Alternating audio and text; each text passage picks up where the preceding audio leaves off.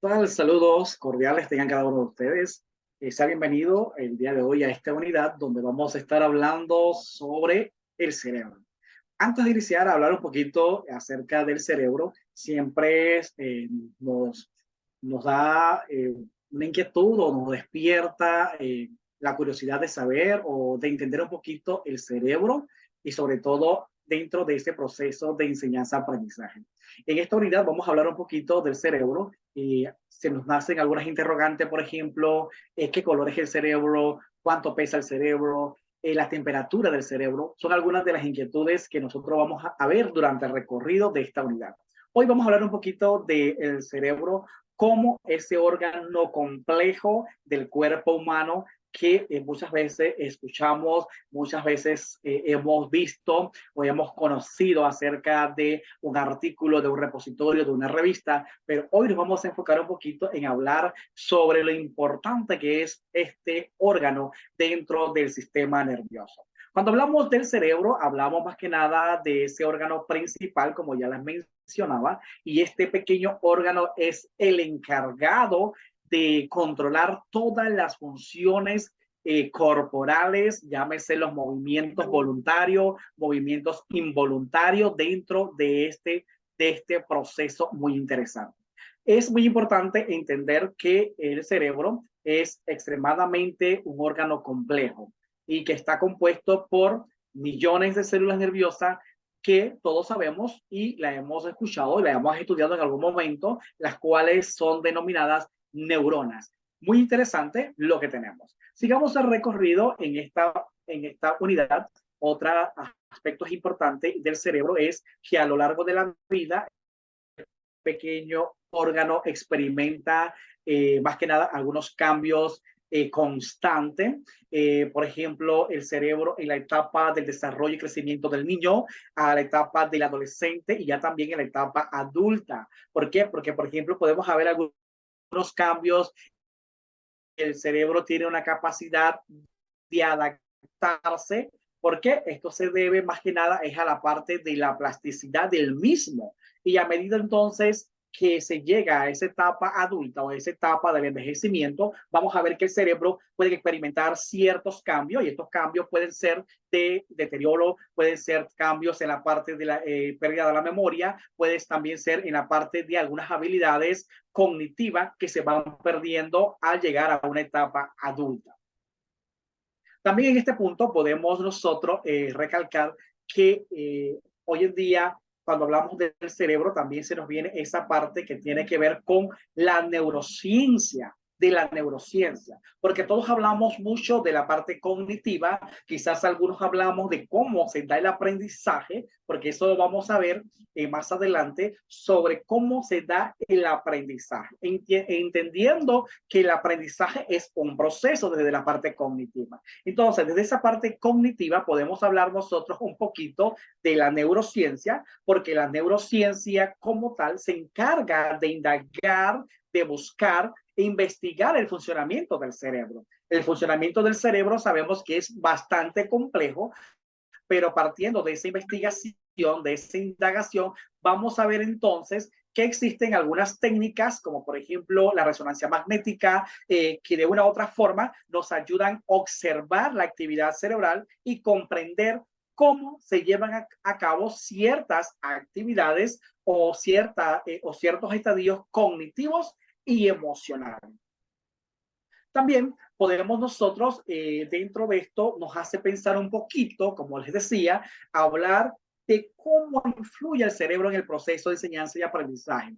Es un órgano muy complejo, es un órgano que por lo general tiene una temperatura de aproximadamente 37 grados, que el cerebro por lo general puede vivir hasta 100 años.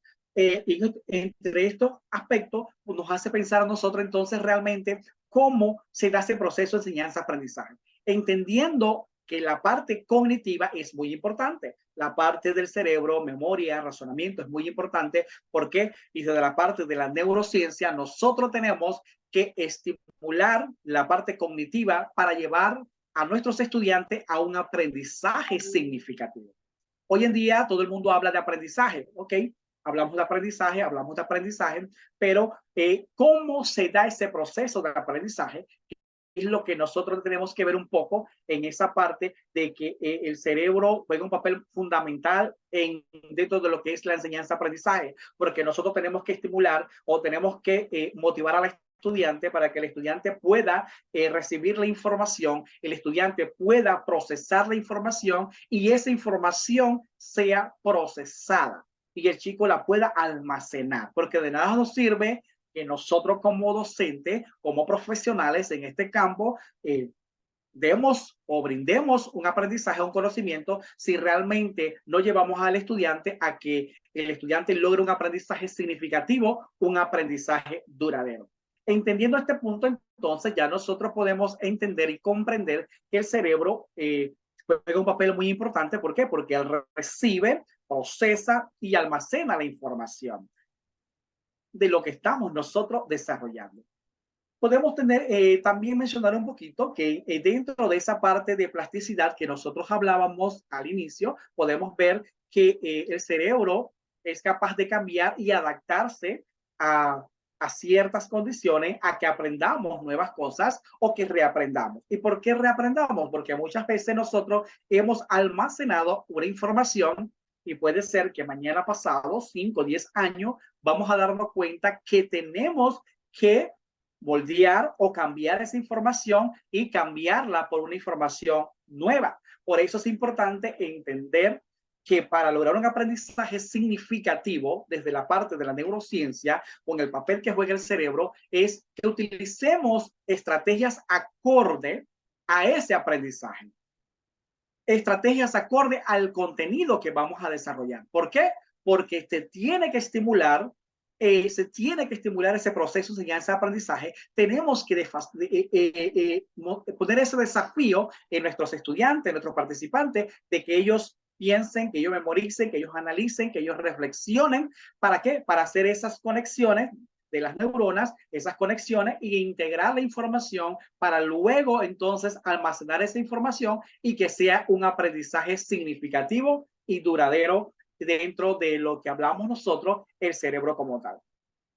Podemos decir que en el cerebro como tal hay muchos factores emocionales que pueden afectar esa parte del proceso de enseñanza y aprendizaje, y como hay factores emocionales positivos, la alegría, el entusiasmo, la motivación, esas emociones como tal, muchas veces también hay algunas emociones un poquito negativas que de una u otra forma influyen en el proceso de enseñanza y aprendizaje.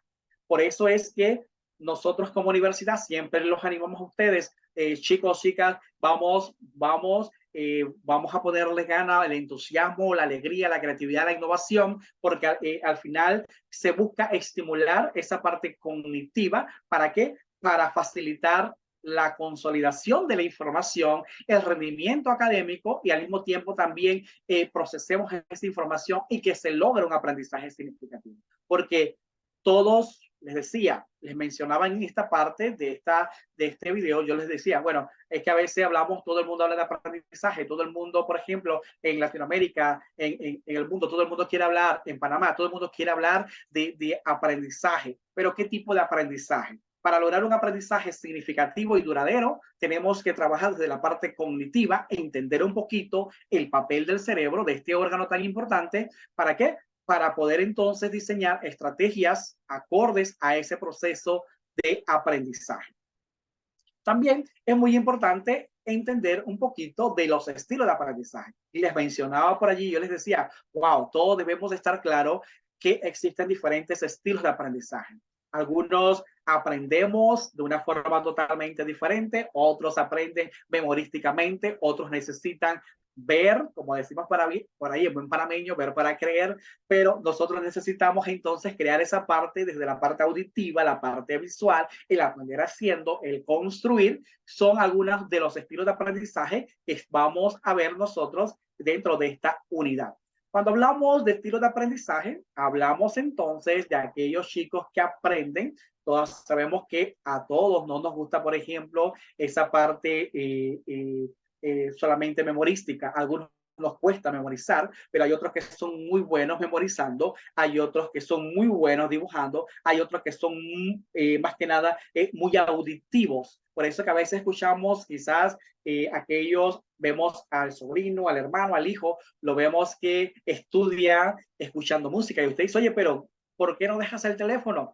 Y entonces es que quizás no entendíamos este proceso. Hay aquellos que son auditivos, ellos pueden estudiar viendo la televisión porque simplemente están desarrollando la parte auditiva. O tenemos aquel participante, aquella persona, aquel estudiante que lo hace de la forma visual, que para poder lograr un aprendizaje significativo, por más que el maestro, el profesor le explique, le hable, él no logra llamar la atención desde la parte cognitiva y él no va a lograr un aprendizaje. También por allí tenemos más adelante un poquito del aprendizaje kinestésico, aquellos que a partir de la parte de la experiencia, aquel que a partir de la práctica, entonces tenemos esos estilos de aprendizaje. En fin, todos aprendemos de una forma totalmente diferente, innovadora. Algunos somos un poquito más pasivos, otros un poquito más activos, pero todos al final lo que se busca es un aprendizaje significativo, entendiendo el papel del cerebro, entendiendo el papel de la neurociencia, entendiendo entonces que nosotros como educadores tenemos que buscar las herramientas, las estrategias, ¿para qué? Para ofrecerle